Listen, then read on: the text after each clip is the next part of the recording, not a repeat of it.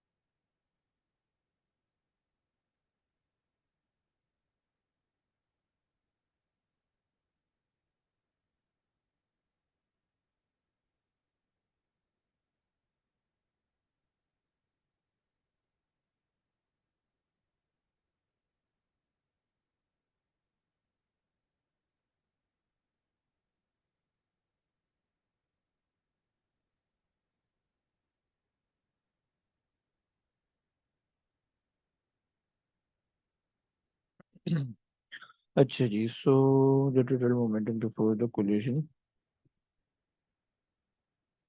Must be equal to the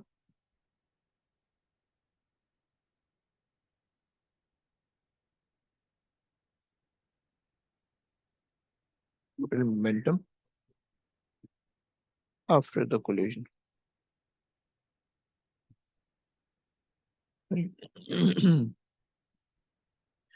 आसान सी definition लिखना चाहो तो आसान सी डेफिनेशन ये है कि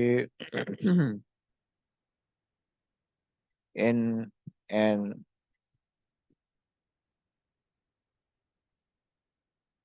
isolated system,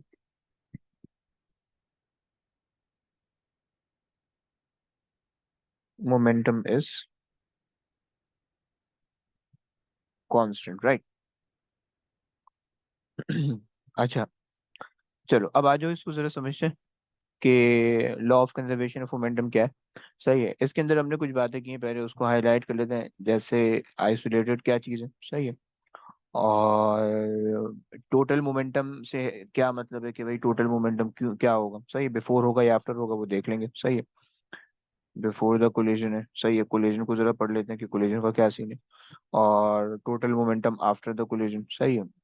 तो ये ये सब चीजें जो है जरा इसके अंदर समझ लेते हैं, सही है। अच्छा, तो सबसे पहले तो टोटल मोमेंटम को समझ लेते हैं कि भाई टोटल मोमेंटम का क्या मतलब है, सही है।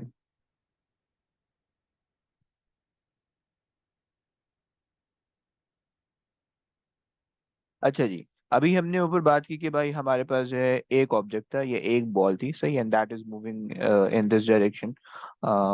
लेट्स से कि भाई विद 5 मीटर पर सेकेंड, सही है, having a mass of 2 kg, सही है। तो अब इसका हमने मोमेंटम निकाला कि भाई लेट्स से कि भाई इसका मोमेंटम हमारे पास हो गया 10 न्यूटन सेकेंड, सही है। But this is for one ball, if you have two balls और if we have two object, सही है, and that makes up the system.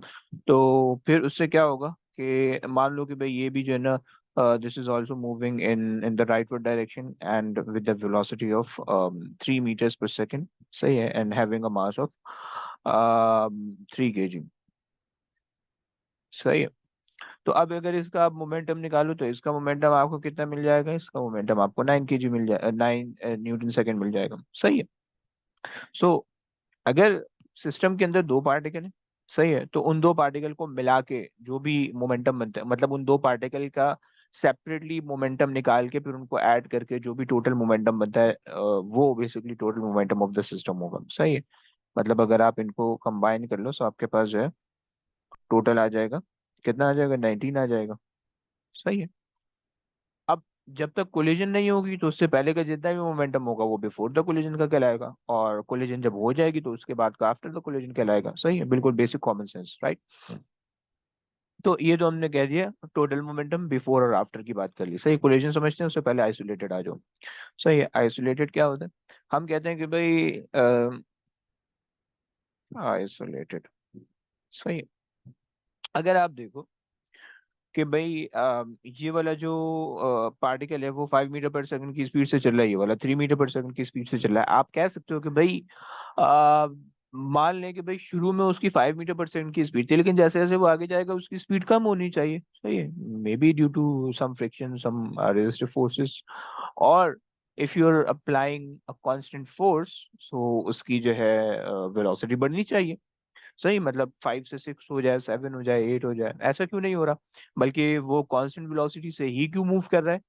तो हम ये कहते हैं कि भाई हमारे पास जो सिस्टम है, उस सिस्टम के अंदर कोई भी एक्सटर्नल फोर्सेस नहीं है, सही है, मतलब you cannot apply any external force to push the object or to pull the object, सही है, which causes the object to increase in velocity, सही है, और या फिर आप बोल रहे हो कि जो है ना, अगर आप जो है उसको ना करो, क्या बोलते हैं, अगर आप एक्सटर्नल कोई फोर्स नहीं लगाओ, लेकिन आपने सिस्टम के अंदर जहाँ पे ऑब्जेक्ट को रखा हुआ है, उसके अंदर फ्रिक्शन आ रही है, तो फ्रिक्शन की वजह से जब वो ऑब्जेक्ट मूव हो रहा है तो उसकी वेलोसिटी कम हो रही है, सही है। तो हम एक ऐसा सिस्टम डिजाइन करते हैं जो कि आइडियल सिस्टम कहते हैं, वो ऐसा सिस्टम होता है कि जिसके अंदर कोई फोर्सेस नहीं होती, ना तो आप कोई एक्सटर्नली फोर्स लगाते हो, ना तो जो है कोई आप कोई कोई सिस्टम की वजह से कोई एयर रेजिस्टेंस, कोई ड्रैग, कोई फ्रिक्शन कुछ भी नहीं आती, सही है। तो फिर आप ये कह सकते हो कि भाई फिर ये कैसे पॉसिबल है कि अगर आप कोई फोर्स ही नहीं लगा रहे, यानी कोई एक्सटर्नल फोर्स अलाउड नहीं है, कोई इंटरनल, कोई जो है कोई फ्रिक्शनल फोर्स अलाउड नहीं है, तो ऑब्जेक्ट फिर मूव कैसे कर रहा है फिर। तो हम ये कहते हैं कि भाई हमने पहले एक दफा फोर्स लगाई, जब ऑब्जेक्ट मूव करना शुरू किया, now we consider the whole system, सही है, अब कोई एक्सटर्नल फोर्स नहीं लग सकती, सही है। Once the particle start to move now, अब कोई फोर्स, कोई एक्सटर्नल फोर्स पॉसिबल नहीं है, सही है, तो हम ये कहते हैं। तो ऐसे सिस्टम को कि जिसके अंदर कोई भी एक्सटर्नल फोर्स नहीं होती, वो हम कहते हैं आइसोलेटेड सिस्टम है, राइट। तो हमने कहा कि भाई सिस्टम विद नो, अच्छा, आइसोलेटेड का जनरल मीनिंग जो है वो अलग है, सही है, लेकिन मोमेंटम के अंदर, पर्टिकुलरली जो मोमेंटम के अंदर जो मीनिंग था मैंने वो बताया, सही है, कि आइसोलेटेड सिस्टम का क्या मतलब है, with no external external force, सही है। ये तो आप ऐसे कह सकते हो कि भाई sum of all the external forces and the internal forces must be equal to zero, right, and internal forces, right. External forces से क्या मतलब है कि भाई no driving force,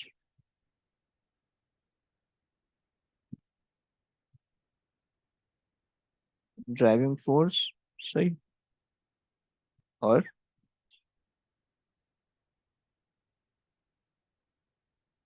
no resistive force, सही हो गया। ये दोनों एक्सटर्नल फोर्सेस के अंदर आती हैं। इंटरनल फोर्स से क्या मतलब है, जो सिस्टम के इंटरनली जो मॉलिक्यूल्स की जो आपस में फोर्सेस हैं, सही है, इंटरमॉलिक्यूलर फोर्सेस हैं, सही है, ये सारी फोर्सेस हैं, तो इन सब का सम मिला के जो है वो जीरो होता है, सही है, इलेक्ट्रोस्टैटिक फोर्स, ये सब चीजें,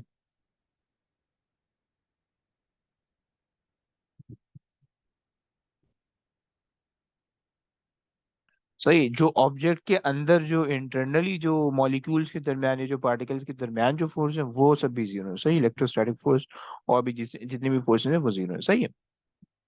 अब देखो जब भी सिस्टम आइसोलेटेड हुआ करेगा ना, अव्वल तो सिस्टम हमेशा आइसोलेटेड ही होगा, सही है, ऐसा पॉसिबल नहीं है कि सिस्टम आइसोलेटेड ना हो, सही है, वरना हम उसको सॉल्व नहीं कर सकते, मुश्किल हो जाएगी हमारे लिए, सही है। तो सिस्टम तो हमारे पास आइसोलेटेड ही होगा हमेशा, उस पर कभी फोर्स नहीं लगा करेगी, सही है। और अब सीन फिर उसमें ये होगा कि जब सिस्टम आइसोलेटेड होगा, तो वो उस आइसोलेशन को जो है ना किस तरह से बताएगा, वो बताएगा कि भाई आप कह दो कि भाई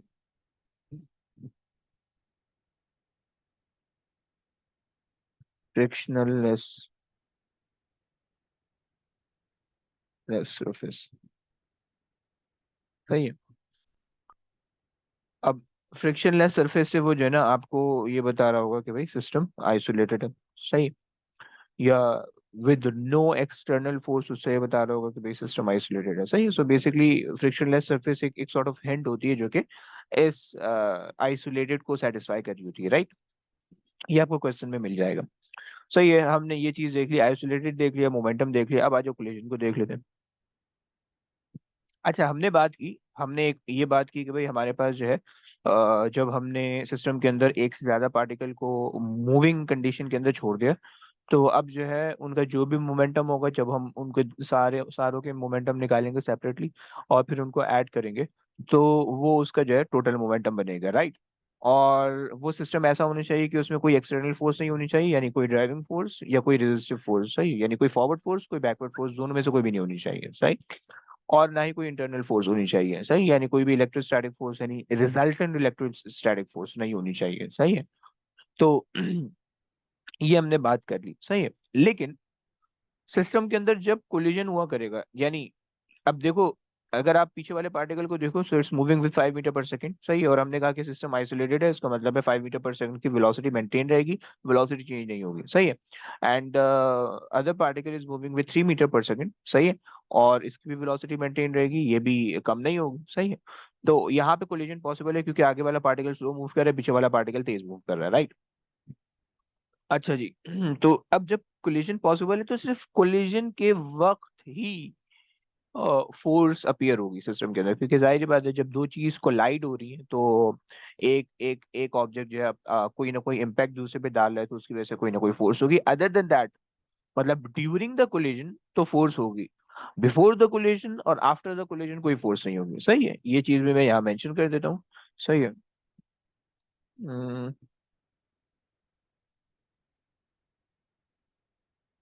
फोर्स विल ओनली अपीयर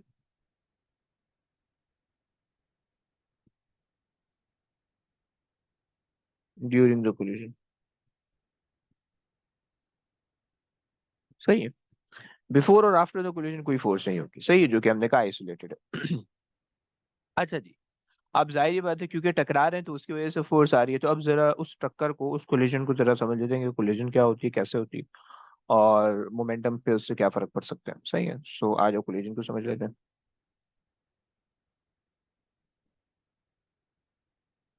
अच्छा बच्चों, यहाँ तो कोई मसला है, ऊपर की सारी चीजें क्लियर है।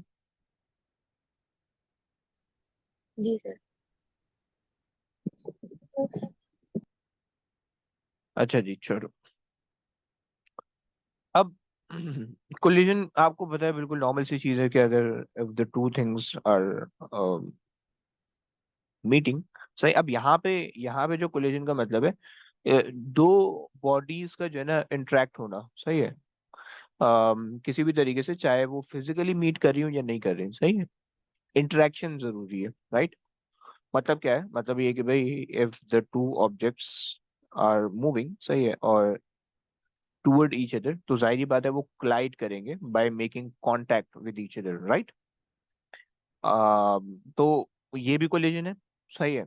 लेकिन if you have two magnets, सही, with this north and this south, and the other magnet with this north and this south, right?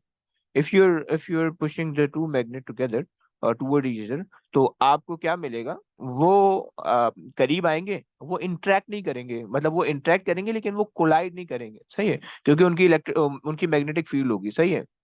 जो, एक मिनट, सही है, ये इनकी मैग्नेटिक, इसकी मैग्नेटिक फील्ड है, और ये इसकी मैग्नेटिक फील्ड होगी। दरअसल जो है वो इनकी मैग्नेटिक फील्ड आपस में जो है इंटरेक्ट करेंगी, सही है। और ये खुद इंटरेक्शन नहीं होगी, सही है। तो कोलिजन दो तरीके से हो सकते हैं, सही है। इधर it can be physical, like you can see the collision, और इधर it can be non physical, कि जिसके अंदर इंटरेक्शन, या जिसके अंदर जो है आप कह लो कि आपको जो वो है स्ट्राइकिंग है एक ऑब्जेक्ट की दूसरे ऑब्जेक्ट पे, वो आपको नहीं दिख रही होगी, सही है। तो ये दोनों चीजें पॉसिबल है, सही है। अच्छा जी, यहाँ तक समझ में आता है। अच्छा, और जो law of conservation of momentum है वो दोनों के लिए एप्लीकेबल है, राइट। चाहे कोलिजन फिजिकल हो या नॉन फिजिकल हो, यानी आपको दिख रही हो या नहीं दिख रही हो, दोनों तरीके से जो है वो कोलिजन जो मोमेंटम है दोनों कंडीशन के अंदर लगेगा, सही है।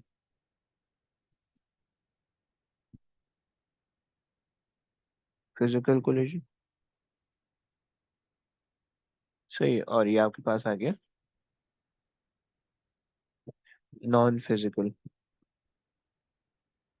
कोलिशन। सही हो गया। तो हमारे पास जो है, ये हमारे पास कोलिजन हो गया, सही है।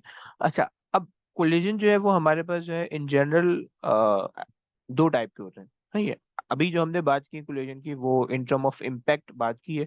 तो वो हमारे पास हमने कहा कि भाई इधर इट कैन मेक इम्पैक्ट और इट कैन नॉट बी। सही है, एक चीज होगी। दूसरी चीज, अगर हम डायमेंशन की बात करें, तो हमारे पास जो है ना कोलिजन दो डायमेंशन के होते हैं, सही है। हम कहते हैं कि भाई collision can be in one dimension, 1D, सही है, और collision can be in 2D, सही है। और हर दोनों के अंदर जो है वो law of conservation of momentum apply होगा, सही है।